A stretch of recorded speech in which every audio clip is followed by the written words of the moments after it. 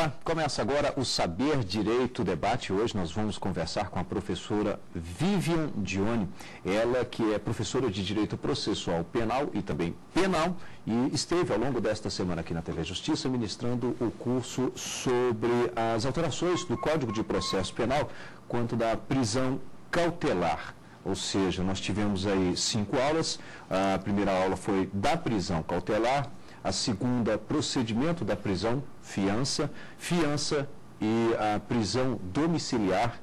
Também a quarta aula, outras medidas cautelares e ainda a quinta, para finalizar, disposições gerais. Professora Vivian Dione, ela que é professora de Direito Processual Penal e Penal, como eu disse, é do Estado de Goiás e, como sempre, tem uma grande satisfação em receber nossos convidados do Estado de Goiás. A propósito, era de qual cidade? Formosa. Formosa é pertinho de Brasília. Exato. Sei, 70, 80 quilômetros, é isso? Exato. Nasceu, cresceu e saiu só para estudar, não? Exatamente. Nasci, me criei no interior, em Formosa, e aos 20 anos saí para morar em Cuiabá, onde eu estudei e me formei, né? Me graduei em Direito na cidade de Cuiabá. Ah, então aí tomou outra vertente. Mas hoje mora em Goiânia. Em Goiânia. Isso. Moro em Goiânia. Também leciona. Exatamente. Na área do direito, essas duas disciplinas que eu dei, ou tem alguma outra também? Direito penal, processual penal e prática jurídica penal. Uhum. Quando de Cuiabá, foi só o período de estudo mesmo? Ou... 10 anos, no período de 87 a 97. Eu morei em Cuiabá e moro em Goiânia há mais ou menos 10 anos também. Né? E tenho raízes em Brasília. Então, eu digo que a minha, como se diz, meu circuito é Centro-Oeste, é o Centro-Oeste, Goiânia, Brasília, Cuiabá, é o Cerrado. Gosta do interior? Gosto muito do interior. Eu digo que vivo em um grande centro hoje por razões, né, da própria profissão, do incentivo, vários incentivos que a gente tem na cidade grande, mas se eu tivesse a opção, eu gostaria muito de voltar a morar no interior. A qualidade de vida para criar os filhos, não é? No caso, eu tenho um filhinho... crescem também precisam de um grande centro. Né? Eu tenho um filhinho de 8 anos e eu acho que é bem melhor para a criança viver no interior. Eu vivi e gostei muito da minha infância, então...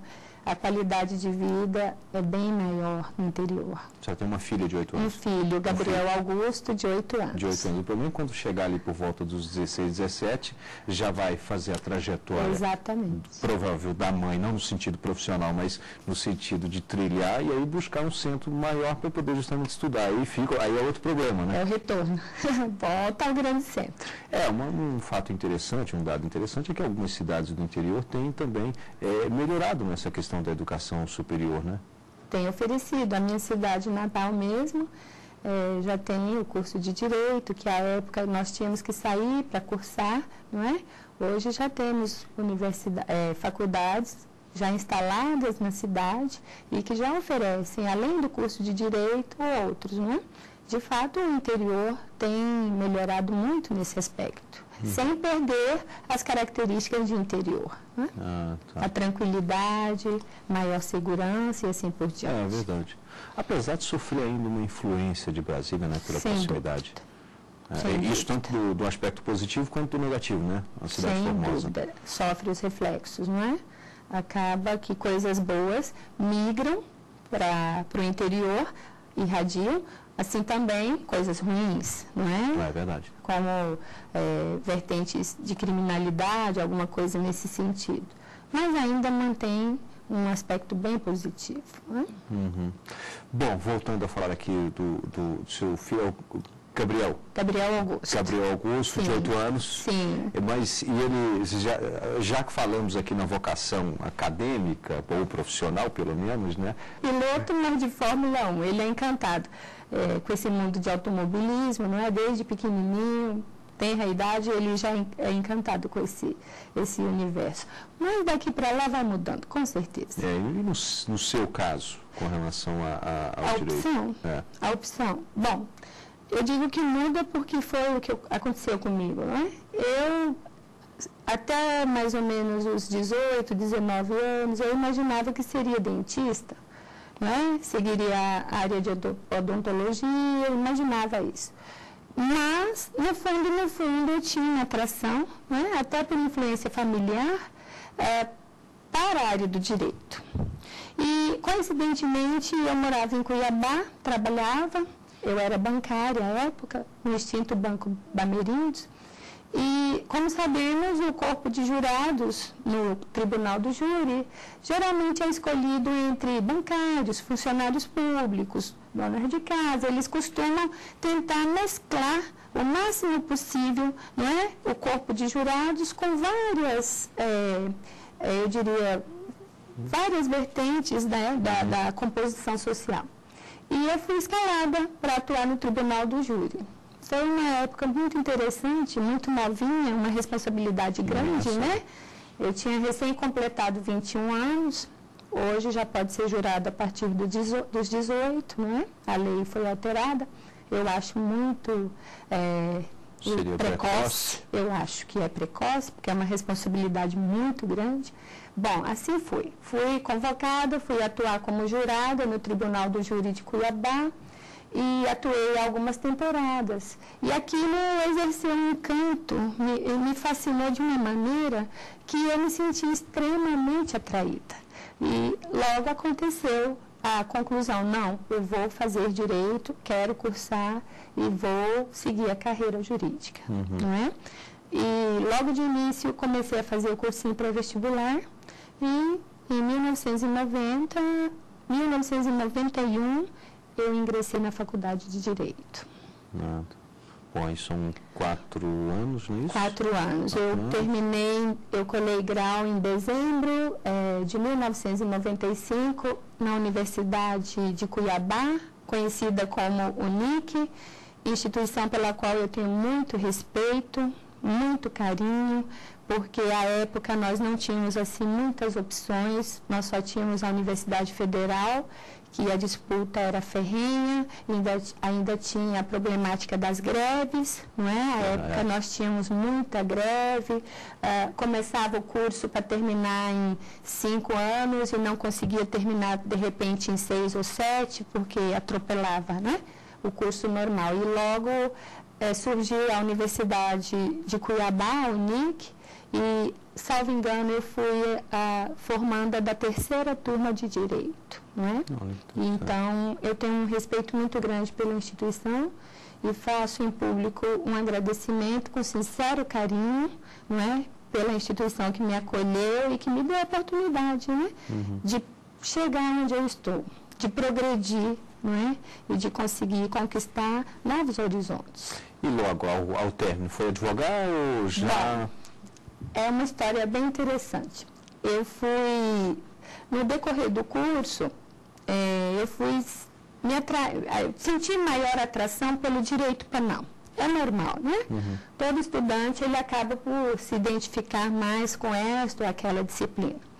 E, coincidentemente, uma professora minha de Direito Penal, que à época era juíza da primeira vara criminal de Várzea Grande, que é uma cidade contígua a Cuiabá, não é?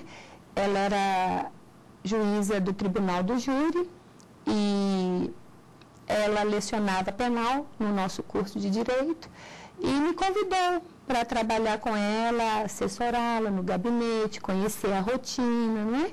Assim fui, conhecer a rotina de um juiz, conhecer como funciona a prática efetiva do direito penal e sempre me encantando mais, não é? E também, depois ela teve que passar pela vara de execuções penais e eu acompanhei, conheci o universo da execução penal no sentido prático da palavra e fui sempre mais me interessando pelo direito penal. Cada vez mais próximo, cada vez mais interessada, mais atraída. E, coincidentemente, em razão da oportunidade que me foi dada por essa ilustre professora, que hoje é desembargadora do Tribunal de Justiça de Mato Grosso, por quem eu tenho um sincero respeito e carinho, a doutora Maria Erotides Knaip, e, em razão de estar junto com ela, às vezes ela tinha que se ausentar da sala de aula. E ela me colocou como monitora. E ela me concedeu a primeira chance de dar uma aula de direito. Aí eu percebi que eu tinha condições... Então, ela lhe proporcionou duas oportunidades, a aproximação com o penal e também Exatamente. Ela tem esse papel importante na minha vida. E aí, o que aconteceu? E eu tinha, assim, um certo fascínio pela pessoa e pela forma de trabalho pela forma com que ela conduzia o trabalho. Né? Então, a pessoa extremamente segura, uma pessoa extremamente coerente e de uma sensibilidade muito grande ao mesmo tempo. E aí, o que ocorre? Às vezes ela ficava no tribunal do júri até mais tarde, porque sabemos que tem hora para começar, mas não tem hora para terminar. E um dia ela me entregou uns livros e me disse: Vivian, você vai dar aula hoje para mim. Eu como? E ela: você vai dar aula hoje para mim. E eu enfrentei a primeira vez a sala de aula. Ela me mostrou os tópicos: olha, os assuntos, você tem que trabalhar sobre isso e isso, e hoje você me substitui. E eu aceitei o desafio, né? E graças a esse primeiro desafio, a esse primeiro momento, hoje eu sou professora universitária, adoro o magistério, adoro a convivência acadêmica, aprendo muito mais do que ensino e, para mim, eu estou realizada com o magistério. Eu digo que mais ainda do que com a própria advocacia. Mas advoga também hoje? E aquela época já em Cuiabá também? Advoguei muito pouco, porque logo depois eu mudei, não é? Mudei para Brasília, mudei para Formosa um tempo e procurei estudar. Fui fazer especialização, fiz escola da magistratura aqui no Distrito Federal, não é? Tive excelentes professores, o professor Ismanioto, o professor Fernando Tavernar, que são pessoas da área jurídica aqui. O professor Ismanioto, hoje desembargador do TJDF, à época já era o professor Tavernar, Fernando Tavernar, que é juiz de direito, a professora Ana Maria Amarante Brito, também desembargadora, a professora Sandra de Santos, também desembargadora. Então, eu procurei melhorar, né, a qualidade de conhecimento na área do direito, estudando Instituto Processos, né, onde eu tive, assim, um diferencial muito grande na minha área de conhecimento. E eu fui sentindo mais segurança para chegar efetivamente ao magistério. A partir do momento que eu melhorei nos estudos, fiz especialização, fiz escola de magistratura, procurei melhorar o conhecimento, aí eu fui sentindo mais segurança para enfrentar o magistério, o desafio do magistério, não é?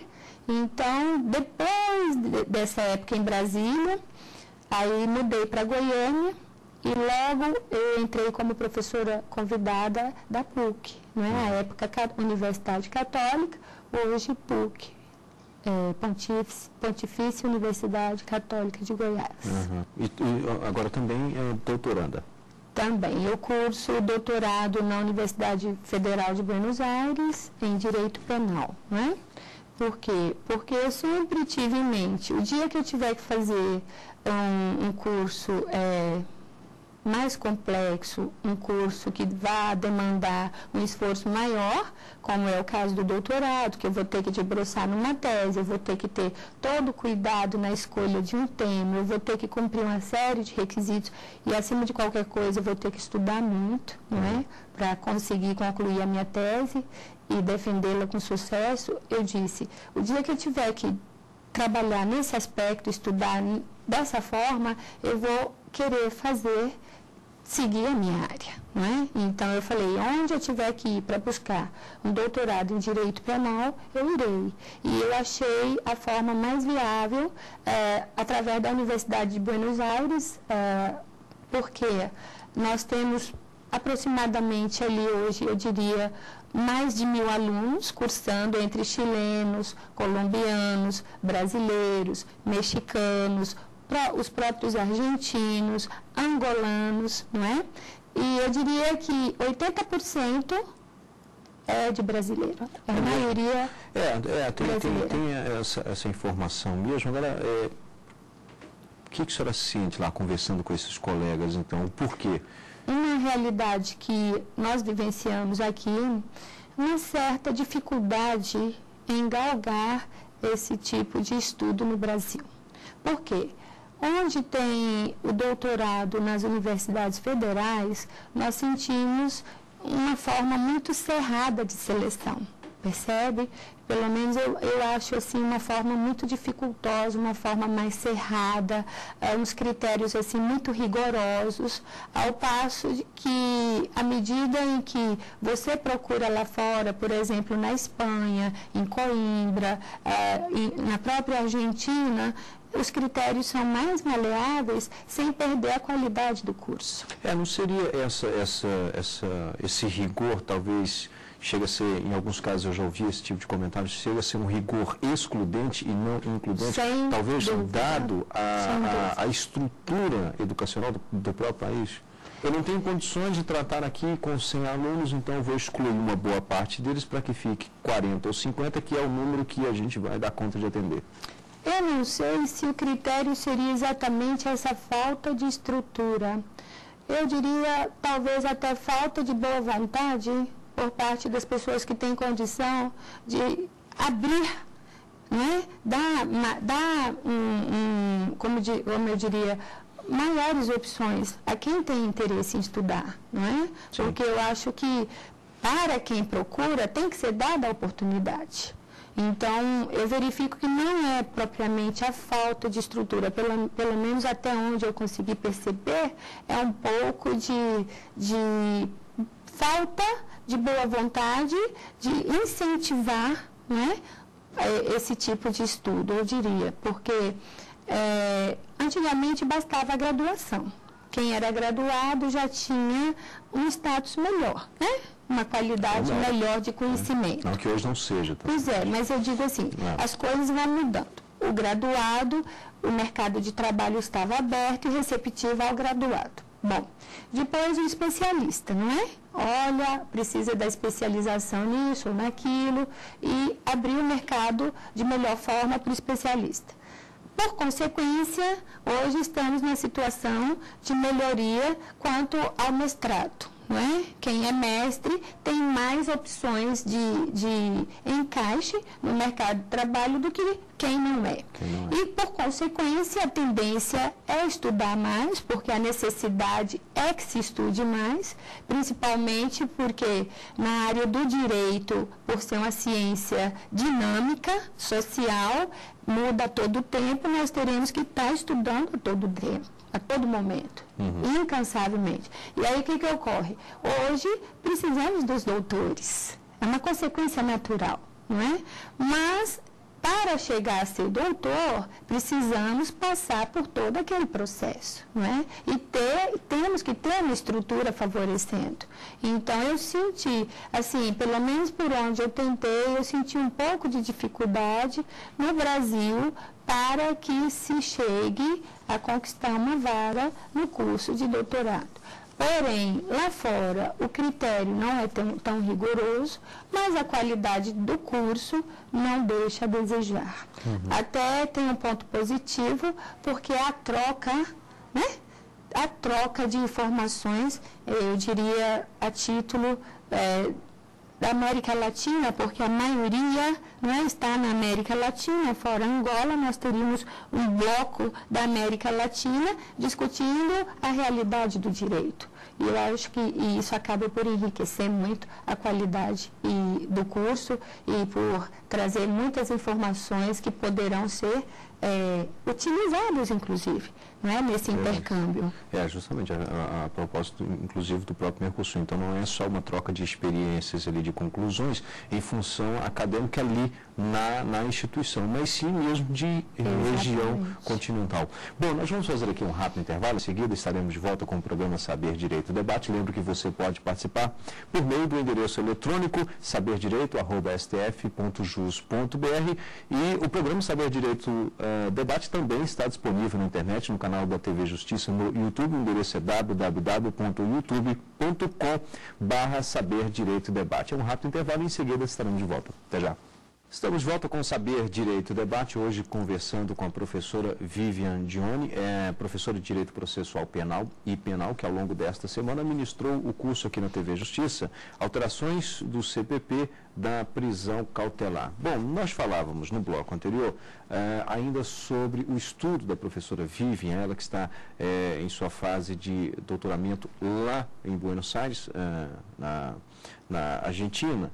E nós falávamos justamente dessa troca de experiência e que não envolve apenas a vida acadêmica ali do aluno, mas sim o próprio continente, dado aí as nossas dimensões e acordos com relação à própria integração do Mercosul. E nós temos aí encontro de Corte Suprema, justamente para discutir como é que ficariam então as legislações de cada país e aí uma adaptação. A senhora tem acompanhado também esse processo? Em parte, o que mais me atrai é com relação à área jurídica, não é verdade? Sem dúvida que o processo econômico Mercosul não deixa também de nos atrair de alguma forma, porque acaba por refletir, não é, no nosso dia a dia, eu diria. Mas é muito interessante essa conjugação, né, de informações, essa troca de informações, porque o que funciona bem em um lugar pode ser trazido para o outro, não é? Como eu diria, a receita deu certo, vamos aplicá-la, né? Então, eu vejo que tem esse curso... Embora, às vezes, o que dá certo em um local também, nem de longe, pode passar perto de outro. Exatamente, mas é o que eu digo. Para se aplicar uma receita, o que precisamos?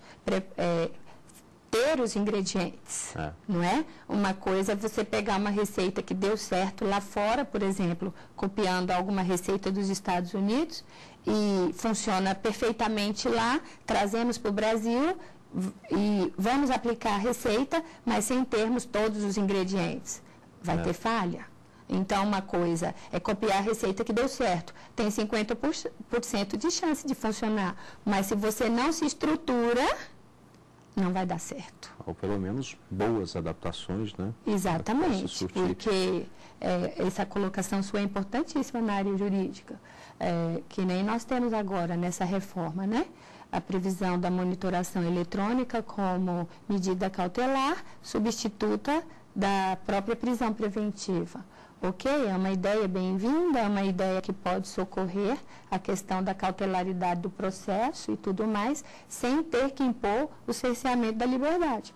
Porém, há que se estruturar para que a lei ganhe efetividade, eficácia, não é?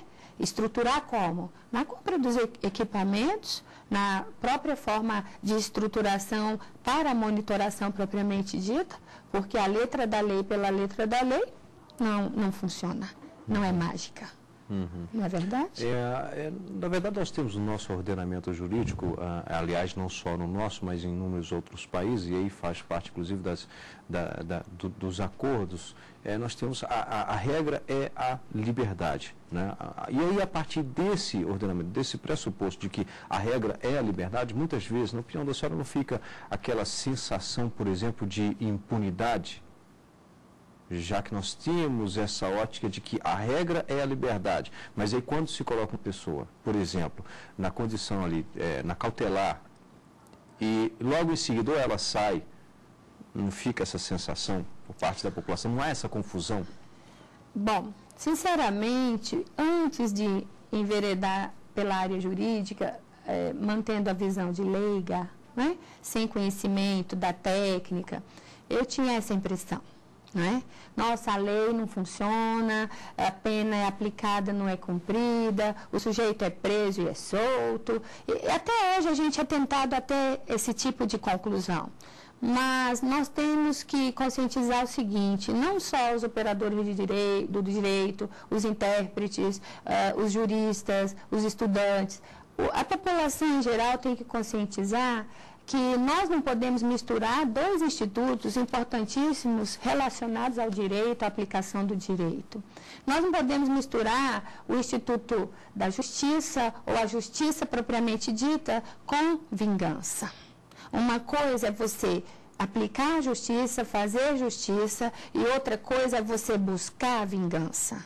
Por quê? Porque se você mistura os dois conceitos, você está a cometer injustiça. Então, você impõe uma prisão cautelar desnecessária, uma prisão de uma pessoa que poderia tranquilamente responder ao processo em liberdade. Você impõe esse constrangimento à sua liberdade de ir e vir. Repercute de séria forma na sua vida, na sua imagem social, através dessa intervenção, não é? Do Estado nas suas liberdades.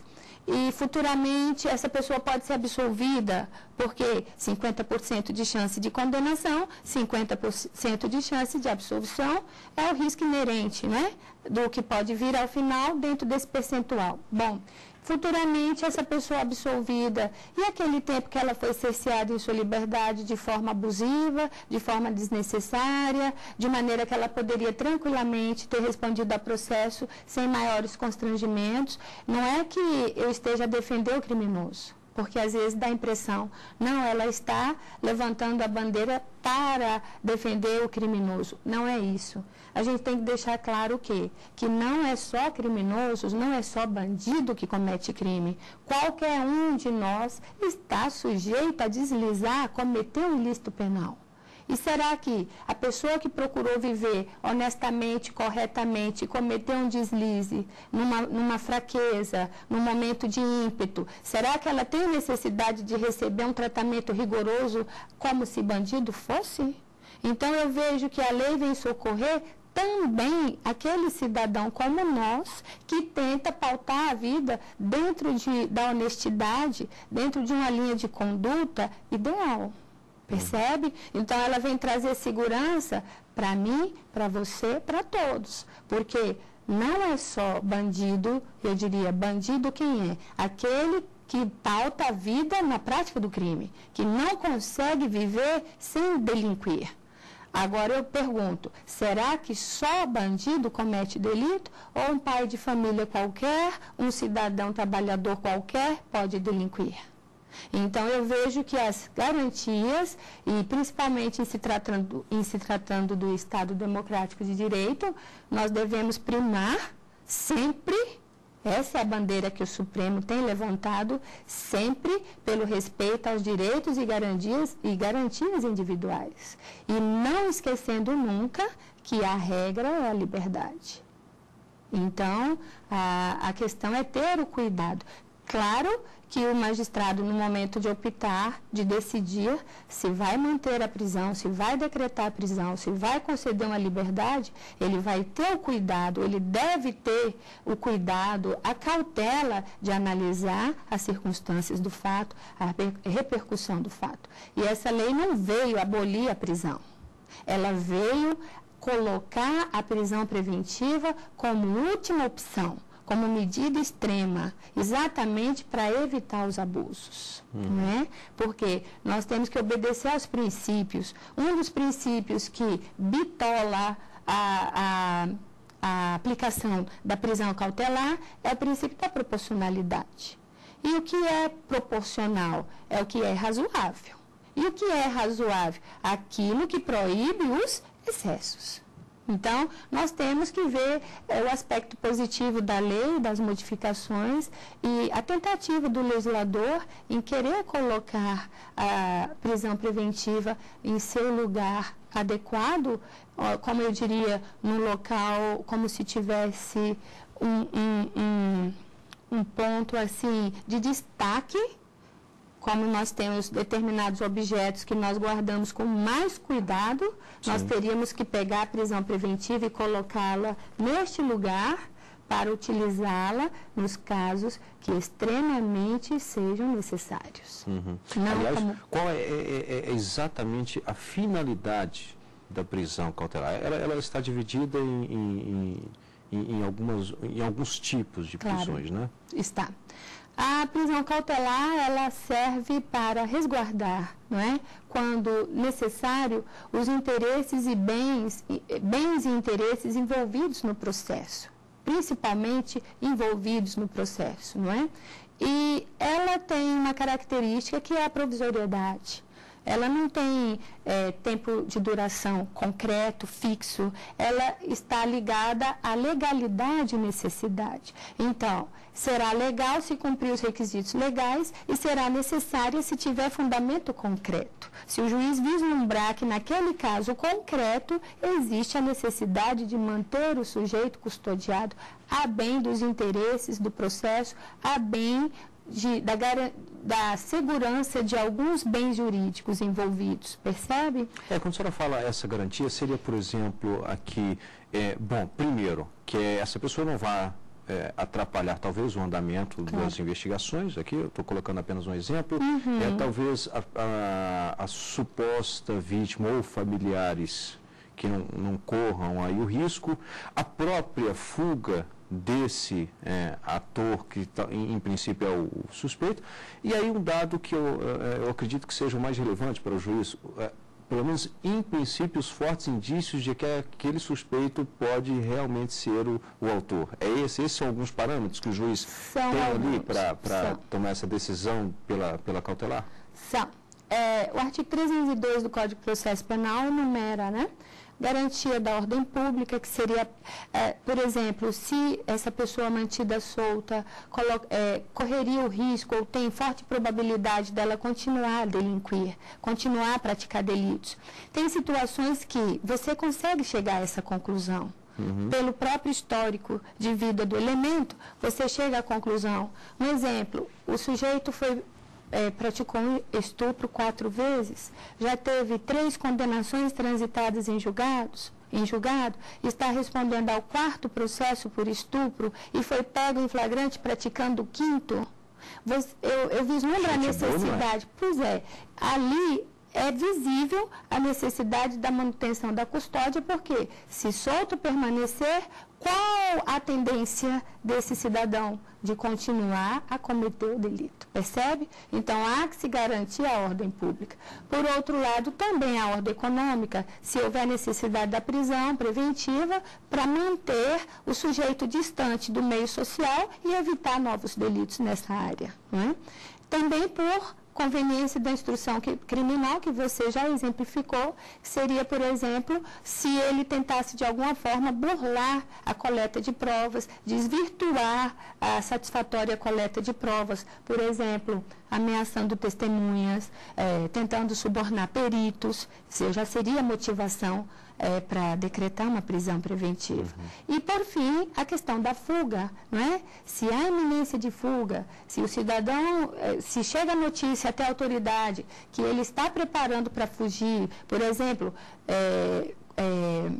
o passaporte, se ele está tomando alguma providência relativa ao seu próprio passaporte, está desfazendo de seus bens, percebe que está tendo uma mudança considerável na sua vida, eu diria, financeira, e a tendência de fuga, o juiz teria, então, motivação concreta para decretar a prisão preventiva.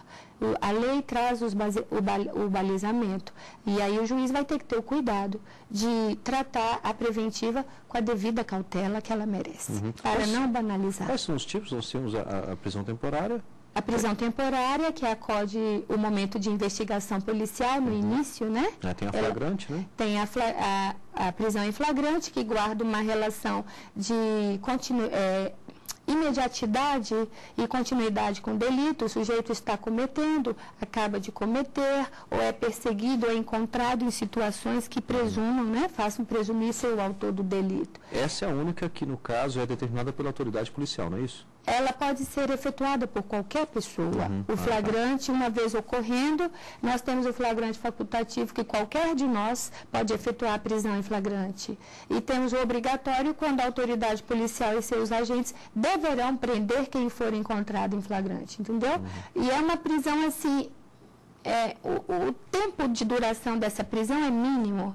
Há quem diga que ela deixou de existir, não deixou de existir, porque o flagrante vai existir sempre e a prisão vai ser a título de flagrante para quem está nessas condições que nós colocamos. O que mudou? O que mudou é que agora, preso em flagrante, o auto de prisão vai ser lavrado, o juiz, ao receber o auto de prisão encaminhado pela autoridade policial, vai verificar se é o caso de se a prisão for legal, ou se for ilegal vai ter que relaxar, porque a prisão ilegal deve ser imediatamente relaxada.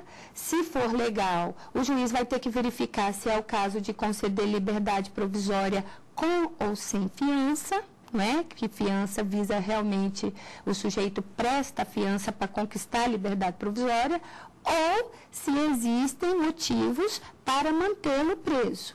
Se o juiz entender que existe uma daquelas motivações que colocamos, iminência de fuga, risco de continuar a delinquir, ele vislumbrando uma situação dessa, o que ele vai fazer? Decretar, na verdade não, ele vai convolar ou transformar aquela prisão, primeiramente dita em flagrante, agora em preventiva. Percebe? Então, ele vai ter esse trabalho de verificar que há uma motivação concreta e tem a segurança dentro dessa motivação para poder fundamentar a decisão, e aí ele convola o que era flagrante em prisão preventiva. E aí não há também na preventiva, aliás, uma questão temporal de tempo? Não há. Por quê? Porque a preventiva, a decisão que decreta a prisão preventiva, ela tem uma natureza que denominamos, uma característica rebus sic stantibus, né? Que é a cláusula rebus sic stantibus, ou a expressão rebus sic stantibus? Ela está ligada à imprevisão. O que hoje pode ser que amanhã não seja, não é? O que hoje está, amanhã pode mudar. E aí, a decisão que decreta analisa a situação atual. E daqui a pouco, se cessa essa motivação, a prisão preventiva será revogada. Mas se retoma a situação de necessidade, ela pode ser novamente decretada. Ou seja, não tem um tempo certo de duração e essa decisão segue exatamente as circunstâncias atuais. Tem motivação, decreta e mantém. Se sua motivação, tem que colocar em liberdade. Agora, nestes casos, entra-se, lógico, deve-se pensar muito na razoabilidade, porque, embora então não tenha esse tempo determinado, como a senhora acabou de explicar, deu aqui uma ótima explanação, mas, por exemplo, nós vimos quando, inclusive, da atuação do ministro Gilmar Mendes à frente do Supremo Tribunal Federal, ou seja, na presidência do Supremo Tribunal Federal, um mutirão carcerário promovido pelo CNJ, em que foi, inclusive, até trazido à tona por ele, presos que estavam aguardando 4 anos. Né? Não precisaria nem que mencionar que, em alguns casos, a pena seria, por exemplo, 2. Exatamente. Um problema seríssimo. Que, com essas modificações, eu acredito que boa parte disso aí vai estar resolvido se tiver a responsabilidade necessária no tratamento dado a esse instituto denominado prisão cautelar. Não é? E o que ocorre? Em verdade, até pouco tempo atrás, nós tínhamos a prisão cautelar banalizada e tínhamos como uma própria antecipação de uma pena que sequer chegou a ser aplicada. É o que você acabou de colocar, 4 anos aguardando julgamento e, ao final, uma condenação de 2. Quem paga esse prejuízo? Se é que é possível reparar um prejuízo dessa forma, né? Dessa dimensão. Eu digo que um dia preso além do devido ou um dia preso desnecessariamente, não tem o que repare. Eu penso que não. E aí o que é melhor? O que é melhor é tratar com precisão cirúrgica, com o cuidado que tem o cirurgião, um instituto tão sério como é a prisão cautelar, não é? Sob pena de cometer uma injustiça muito grande, muito grande. Então, até bem pouco, a realidade era exatamente essa aí. Eu acredito que vai começar a melhorar daqui para frente, porque, com base no princípio da presunção de inocência, ninguém será considerado culpado até decisão definitiva. Qual é a decisão definitiva? A que transitou em julgado, que se torna imutável. Depois dessa decisão, aí sim, o cidadão tem uma pena concreta e ele é considerado culpado. E aí ele vai ter que cumprir uma pena concretamente colocada. Mas antes, só dentro do estritamente razoável. E o que é o razoável? Aquilo que proíbe excessos. Bom, Nós vamos fazer aqui mais um rápido. Aliás, eu vou até deixar uma pergunta aqui para a professora Vivian, que é a seguinte: esse tempo de cautelar, em que a pessoa esteve sob a cautelar, ela soma depois a pena, se lhe vier a ser imposta? Resposta daqui a pouquinho, depois do intervalo. Até já.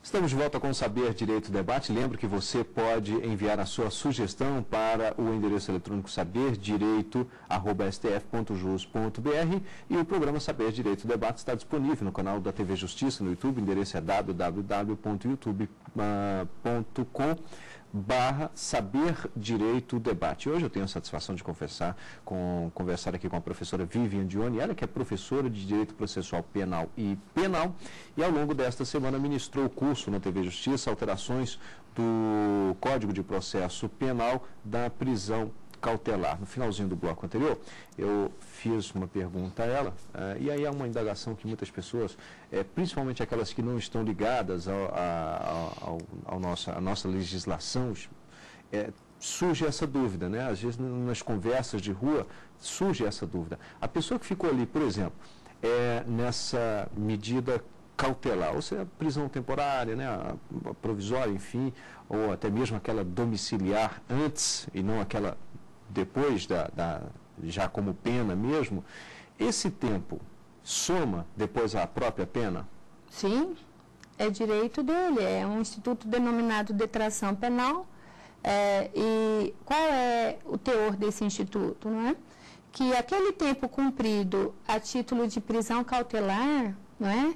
Ou seja, aquela prisão que antecede o trânsito em julgado, a título de prisão cautelar, esse tempo deve ser descontado da pena aplicada em concreto. Então, é direito dele ter esse abatimento, esse cômputo, não é? No total da pena. Tá, agora que nós não vamos ver por aí é o crédito em relação a uma outra pena, né? Não. Não existe saldo, não é? Deixa eu explicar melhor isso, porque nós nos deparamos em uma certa ocasião com um caso em que o indivíduo cometeu um crime, foi preso, e aí eu vou colocar aqui, não sei exatamente qual foi o crime, muito menos qual foi a exata pena, mas é só para efeito de esclarecer essa minha pergunta, que mais pareceu uma brincadeira, mas e aí acontece, não é uma brincadeira. O cidadão cometeu um crime, foi preso, e vamos supor aqui que ele tenha ficado 5 anos. Quando, na verdade, a pena dele deveria ser 3. Ele foi condenado, recebeu uma pena de 3, mas já havia ficado 5. E isso é comum, né? Não eu falei que brincadeira, mas acontece. Ele saiu e cometeu um novo crime. E aí ele alegou que teria direito a um crédito aí de 2 anos, porque ele já havia ficado preso 5 quando a pena dele foi 3. Acontece, mas esse crédito não tem, né, professora? Não existe, de forma alguma. Cada delito fará jus à sua própria pena, não é verdade? E cada delito tem seu universo particular. Então, uma nova decisão, uma nova condenação, uma nova pena por um fato novo. O que está feito, não é? Sem dúvida, um prejuízo, porque tanto tempo a mais de cumprimento, quando a pena foi bem menor, né? Mas não tem saldo nessa hipótese. Não tem como resgatar. E o bom é que o advogado ainda fez esse pedido. Talvez ele ainda sofreu mais esse peso no bolso, porque ainda teve que pagar o advogado para fazer esse pedido. Bom, na verdade, num caso desse, o que ele deveria então fazer? Dependendo... Uma ação contra o Estado em relação àqueles 2 anos?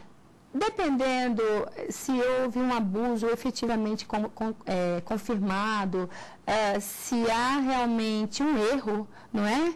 Um erro na espécie de abuso, porque a decisão pode ser abusiva, não é? A manutenção da prisão também pode ser abusiva. E quando que o sujeito faz jus a uma indenização? Quando ele sofre os abusos por parte do Estado. Se isso for detectado, eu vislumbro a possibilidade de ganho de causa, não é? No que tange à indenização. Se o abuso é detectado, se o prejuízo advém desse abuso, não é? Então, não é impossível, não é, como se diz, eu não diria que ele não tem chances, poderia ter. Porque o ideal é que a resposta do Estado seja dada dentro da razoabilidade, né? Hoje nós temos que pautar a condução de um processo dentro da razoabilidade. Temos que pautar a aplicação de uma pena dentro da razoabilidade. Temos que decretar a prisão dentro da razoabilidade, ou sob pena de cometermos excesso e abusos, não é? Então, seria possível em princípio. Eu falei agora há pouco, mencionei o Instituto da prisão domiciliar, mas ele, na verdade, ele é dividido. Eu não sei se seria esse o termo exato ao qual vou me referir, mas seria esse instituto dividido em duas. Seria, na verdade, prisão domiciliar, mas ele é dividido em duas partes. Aqui é uma anterior, que aí seria a cautelar, sim, e a posterior já não é mais a cautelar, já é a prisão mesmo. Nós temos, hoje, com essa reforma do processo penal, o legislador colocou a possibilidade de substituição da prisão pela prisão preventiva, propriamente dita, pela prisão domiciliar, pelo recolhimento domiciliar. O nome utilizado lá é recolhimento domiciliar. Mas não para qualquer pessoa, não é? Por exemplo, se o acusado é maior de 80 anos, se ele está debilitado em sua saúde por uma moléstia grave, numa situação que inspire maiores cuidados médicos, ou uma acusada gestante a partir do 7º mês de gravidez, ou que tenha risco nessa gravidez, uma pessoa que está respondendo ao processo, mas que tenha um menor de 6 anos sob seus cuidados, que precise necessariamente de seus cuidados, ou que tenha uma pessoa deficiente que precise de seus cuidados diretos. Então, nessas situações, o que o juiz pode determinar? O recolhimento domiciliar, né? E o que ocorre? Como medida cautelar? Bom, isso antes do trânsito em julgado, porque o divisor é o trânsito em julgado, não é? Bom, depois, como funcionaria a prisão cautelar? Aí já o nome prisão domiciliar, não é? Prisão pena domiciliar, que na verdade já é prisão pena com a condenação definitiva. Exato. E o sujeito... Geralmente, o cumprimento de pena, ele passa por 3 regimes, não é? A previsão é do regime fechado, estabelecimentos de segurança máxima ou média, o regime semiaberto em colônias agrícolas, industriais ou similares, e o regime aberto na casa do albergado. O nosso Código Penal prevê que a pena privativa de liberdade deve ser cumprida no sistema progressivo, passando por esses 3 estágios. Porém, temos lugares que não existe a dita casa do albergado. Um exemplo, não é? Aliás, muitos. Boa parte, eu diria. Não é? Aliás, aqui a propósito, Goiânia tem. Uma. Né? Uma para a Grande Goiânia. Muito pequena, por sinal. Não comporta demanda. E aí, o que acontece? É o que colocamos naquele momento. O que adianta pegar a receita e não comprar os ingredientes. Exato. Percebe? E aí? E o sujeito progride de regime e deveria cumprir o aberto na casa do albergado. Porém, naquela localidade não existe casa do albergado. E o judiciário, com um certo jogo de cintura, tem administrado isso dessa forma, permitido o cumprimento no regime aberto domiciliar, não é? E aí, o que acontece?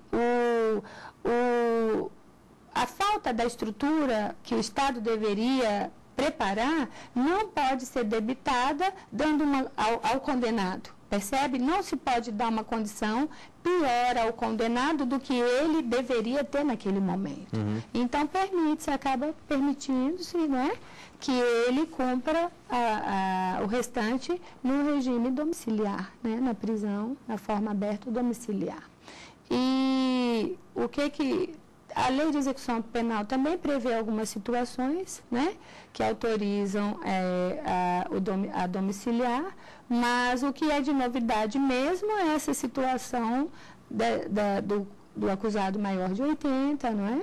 E temos também a outra previsão que permite, dentro dessa reforma, que o sujeito permaneça recolhido em seu domicílio, também como medida cautelar e só se ausentando mediante autorização judicial. Então, ao mesmo tempo que é utilizado como medida cautelar, a domiciliar, também é utilizado lá na Lei de Execução Penal a título de cumprimento de pena. Claro, nas situações conforme a lei determina. Nesse caso da cautelar domiciliar, em que uma pessoa seja ali, por exemplo, talvez um pequeno furto ou um crime sem grandes repercussões, uma proporcionalidade, e aí não atende esse requisito que a senhora citou, saúde, idade, o juiz poderia levar em conta isso para que se mantenha, então, a prisão, a cautelar domiciliar ou não? É verdade. Para os pequenos delitos, eu acho que o ideal é utilizar as penas restritivas de direito, não é? Elas são mais brandas e acabam, muitas vezes, por cumprir melhor o papel de pena, não é? Uhum. Por exemplo, a prestação de serviço à comunidade, prestação gratuita de serviço à comunidade, a própria prestação pecuniária, que é o pagamento em bens ou em dinheiro a determinadas entidades sociais, a própria vítima, não é? Eu vislumbro que em pequenos delitos é muito bem-vinda a pena restritiva de direito, até porque a privativa de liberdade ela deve ser resguardada a um momento extremo. Mesmo que a domiciliar seja em domicílio... A gente coloca uma regra, a liberdade... A regra, eu digo, mesmo que seja domiciliar, mas está cerceando de alguma forma a liberdade de ir e vir.